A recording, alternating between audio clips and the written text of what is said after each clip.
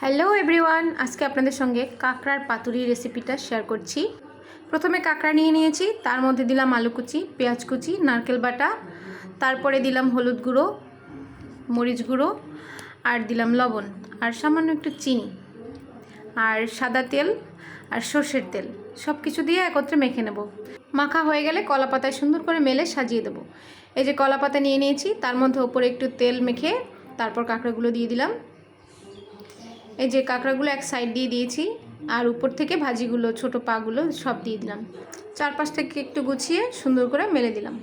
আর এদিকে একটা কড়াইয়ের মতো নিয়ে নিয়েছি, মানে খোলা টাইপের, তার উপর একটা কলাপাতা দিলাম, আর উপর থেকে সেই মাখা কলাপাতাটা যে সেটা দিয়ে দিলাম।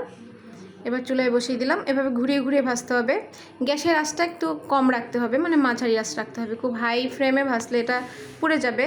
যেহেতু নারকেল দিয়েছি, দেখুন ভাজা হয়ে গেছে এক সাইড, নামিয়ে নিলাম। এবার উপর থেকে আরেকটা কলা পাতা দিয়ে আরেকটা থালা দিয়ে এভাবে উল্টে নিলাম। আবার চুলায় বসিয়ে দেবো অপর সাইড হওয়ার জন্য। দেখুন কত সুন্দর হয়েছে, খুব সুন্দর হয়েছে কিন্তু। এবার পাতাটা উপর থেকে তুলে আবার একটু সর্ষের তেল চারদিক থেকে ঘুরিয়ে দিয়ে দিলাম। ব্যাস, এটাও এরকম হালকা আছে ঘুরিয়ে ঘুরিয়ে ভাজতে হবে। হয়ে গেছে, এবার নামিয়ে নিলাম। ব্যাস, তৈরি হয়ে গেল কাঁকড়ার পাতুরি। কাঁকড়ার যতগুলো রেসিপি আছে, ভুনা বলেন, ফ্রাই বলেন, কিন্তু এইটা কিন্তু এক নম্বর।